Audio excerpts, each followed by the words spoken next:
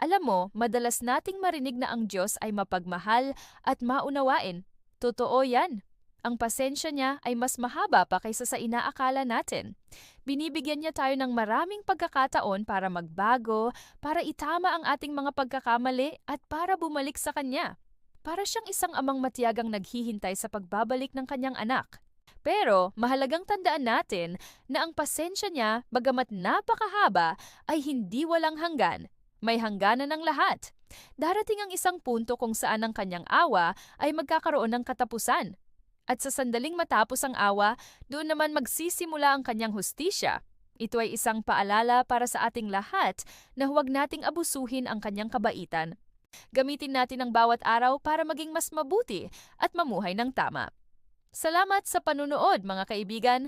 Kung nakatulong sa iyo ang mensaheng ito, huwag kalimutang mag-like, share at mag-subscribe para sa higit pang pagninilay.